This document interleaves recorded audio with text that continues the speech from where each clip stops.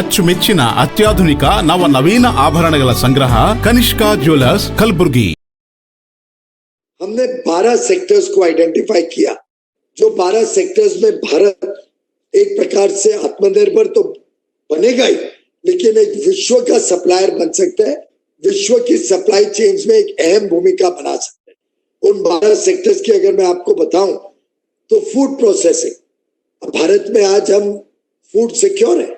भारत में आज जो अनाज हमारे बनाते हैं, आज जो फल फूल, जिस प्रकार से हॉर्टिकल्चर में प्रगति हुई है, जिस प्रकार से फिशरीज, एनिमल हस्बेंड्री, पोल्ट्री, इन सब चीजों में प्रगति हुई है। फूड प्रोसेसिंग ऐसा सेक्टर है कि हम गुणवत्ता के साथ अच्छा ब्रांडेड पैकेज फूड देश में भी और पूरे विश्व में उपलब्ध करा सकते हैं। इसी के साथ साथ अगर जुड़ा हुआ एक देखें तो मैं समझता हूं कि जो हमारा ऑर्गेनिक फार्मिंग के माध्यम से निकला हुआ प्रोड्यूस होता है, उसके भी आज विश्व में बहुत बड़ी डिमांड है। तो अगर हमारे किसान ऑर्गेनिक फार्मिंग की तरफ जाते हैं, अगर हमारे किसान मेज कॉर्न और ज्यादा बनाते हैं, जिससे लोगों की खाद्य सुरक्षा भी होगी, खान पान की सुरक्षा भी होगी, पर हम इथेनॉल भी बना सकें और इथेनॉल बना के आगे चल के ऑयल को रिप्लेस कर सकेंगे, क्रूड ऑयल इंपोर्ट कम करेंगे, आत्मनिर्भर बने। ऐसे ही लोहा, आज हम 100 मिलियन टन लोहा स्टील के प्रोडक्ट्स देश में बनाते हैं। क्यों ना हम कोशिश करें ये 300 मिलियन टन, 3 गुना इसको करने के लिए आगे बढ़े, हाई क्वालिटी स्टील्स भारत में बने। और इसी के साथ जुड़ी हुई है एल्यूमिनियम और कॉपर इंडस्ट्री। अभी माननीय प्रधानमंत्री जी ने जो आत्मनिर्भर भारत के साथ जो नई नई रिफॉर्म की अनाउंसमेंट्स किए हैं, उसमें माइनिंग सेक्टर को बड़े पैमाने पे खोला है। इससे कोयला, बॉक्साइट, कॉपर, इस सब के जो रॉ मटेरियल्स है, ये एल्यूमिना, ये सब हम भारत में बड़े मात्रा में माइनिंग कर सके, एक्सप्लोर, प्रोस्पेक्टिंग और माइनिंग कर सके, जिससे आत्मनिर्भर बने और निर्यात भी कर सके। तो दूसरा है स्टील, एल्यूमिनियम, कॉपर।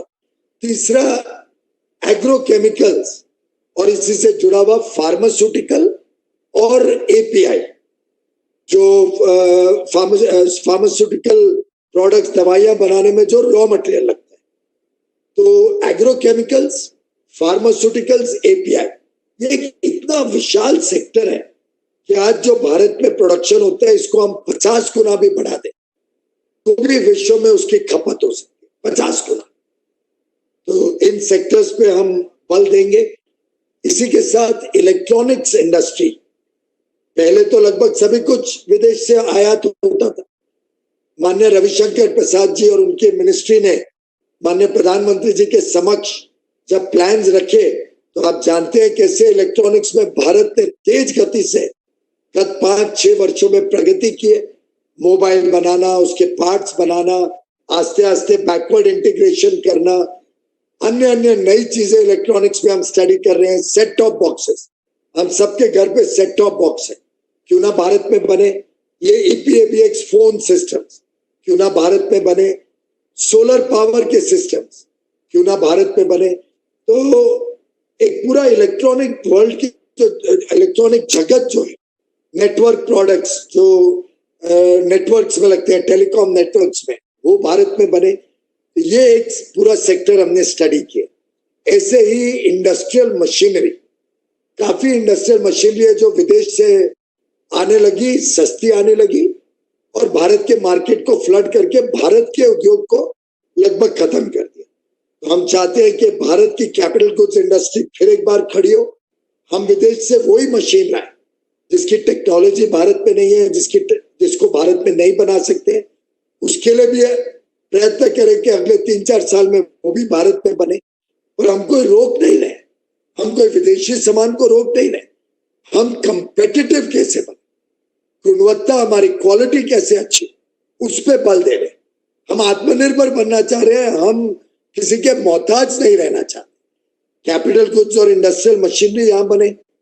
इसी प्रकार से फर्नीचर बहुत बड़ा मार्केट है, विश्व की फर्नीचर मार्केट जब मैंने स्टडी की तो लगभग 20 लाख करोड़ की मार्केट है, 20 लाख करोड़।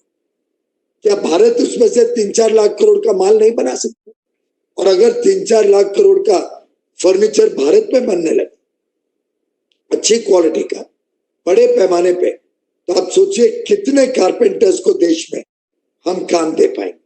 मैं समझता हूँ 20-25 लाख लोगों को रोजगार या काम करने का अवसर मिल जाएगा सिर्फ एक फर्नीचर बना के। इसी प्रकार से लेदर और साथ में जूते, लेदर के तो कई प्रोडक्ट्स होते हैं, बैग्स होते हैं, अपॉल्स्ट्री होती है, जूते होते हैं, पर जूते अलग अलग प्रकार के लेदर के हों, हमारी कोल्हापुरी चप्पल हो, जो स्पोर्ट्स शूज होते हैं, क्या ये भी हमें विदेशों पे निर्भर रहना पड़ेगा? क्या ये भारत में नहीं बन सकता है? उसके ऊपर एक पूरी टीम काम कर रही है। ऐसे ही ऑटो पार्ट्स, ऑटोमोबाइल में तो भारत आज एक विश्व शक्ति बन गया। उसके पीछे जो वैल्यू चेन है, सप्लाई चेन, ऑटो पार्ट्स भी भारत में बड़े रूप में बने, भारत में उसकी टेक्नोलॉजी डेवलप हो या विदेश से टेक्नोलॉजी लाके हम यहाँ बनाए। मैं कैसे छोड़ सकता हूँ टेक्सटाइल्स, इतना बड़ा सेक्टर, और हमारे आज एक ऐसा सेक्टर है जिसमें हमारी पहचान विश्व भर में, टेक्सटाइल्स हो, खादी हो, कॉटन टेक्सटाइल्स हो। अब एक नया फोकस एरिया है मैनमेड टेक्सटाइल्स या टेक्निकल टेक्सटाइल्स। माननीय स्मृति ईरानी जी इसमें बहुत अहम भूमिका कर रही है।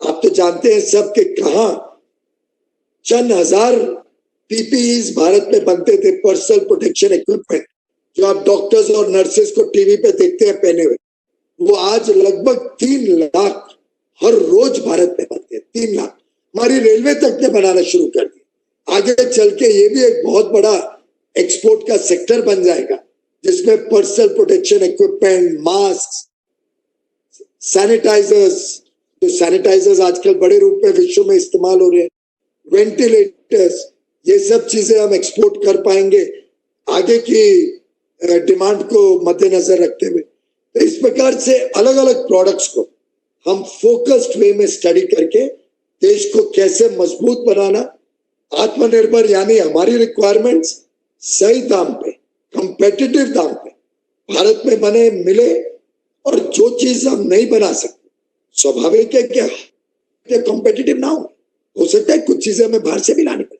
तो आत्मनिर्भर भारत कोई एक्सक्लूसिव नहीं है कि हम भाई पूरे विश्व से अलग थलग नहीं पड़ रहे, हम विश्व के साथ जुड़ रहे हैं। विश्व में जो अंतरराष्ट्रीय वाणिज्य होते हैं उसमें भारत का रोल, भारत की भूमिका और भारत का शेयर, जो उसमें हमारा हिस्सा है, उसको बढ़ाने का